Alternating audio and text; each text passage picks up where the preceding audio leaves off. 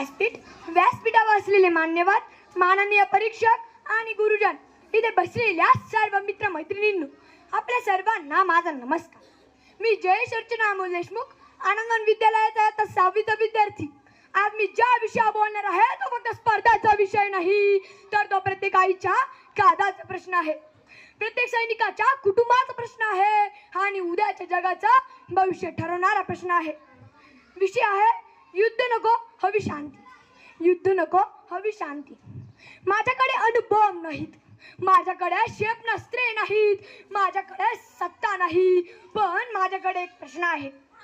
तुम्ही म्हणतात युद्ध राष्ट्रासाठी असतं, पण त्या राष्ट्रात राहणाऱ्या मुलांना युद्ध कधी हवं असतं का? तुम्ही म्हणतात युद्ध सन्मानासाठी असतं, पण आपल्या मुलाला गमावलेल्या आईला त्या सन्मानाचं काय करायचं असतं?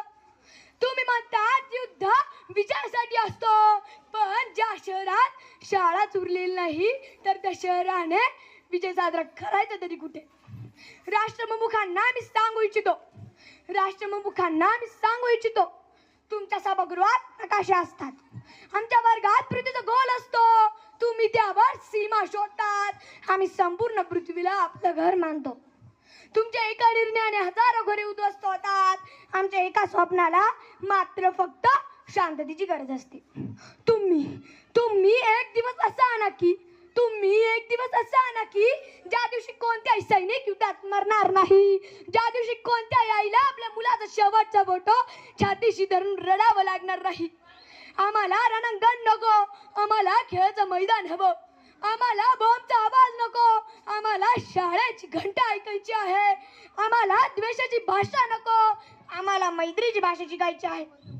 भगवान गौतम बुद्धांनी अहिंसेचा मार्ग दाखवला, महात्मा गांधींनी जगाला सत्य आणि अहिंसेची ताकद शिकवली, पण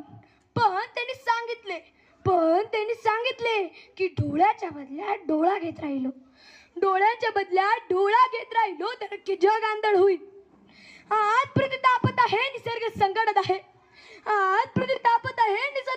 आहे. गरिबी, भूक, आजारपण यासारखे कितीतरी संकट आपल्या समोर उभे आहेत. अशा वेळी आपण एकमेकांविरुद्ध लढायचं की या संकटाविरुद्ध एकत्र उभं राहायचं? एका क्षणासाठी स्वतःला एका वडिलांच्या जागी ठेवा, एका आईच्या जागी ठेवा, मग स्वतःलाच विचारा, युद्ध हा खरंच शेवटचा पर्याय होता का? भारताच्या संस्कृतीने आम्हाला शिकवलं आहे, सर्वे भवन्तु सुखिनः सर्वे सन्तु निर्भया, सर्वे भवन्तु सुखिनः सर्वे सन्तु निर्भया, म्हणजे सर्वजण सुखी राहो आणि सर्वजण निरोगी राहो. मी एवढंच म्हणेन, मला अशी पृथ्वी नको,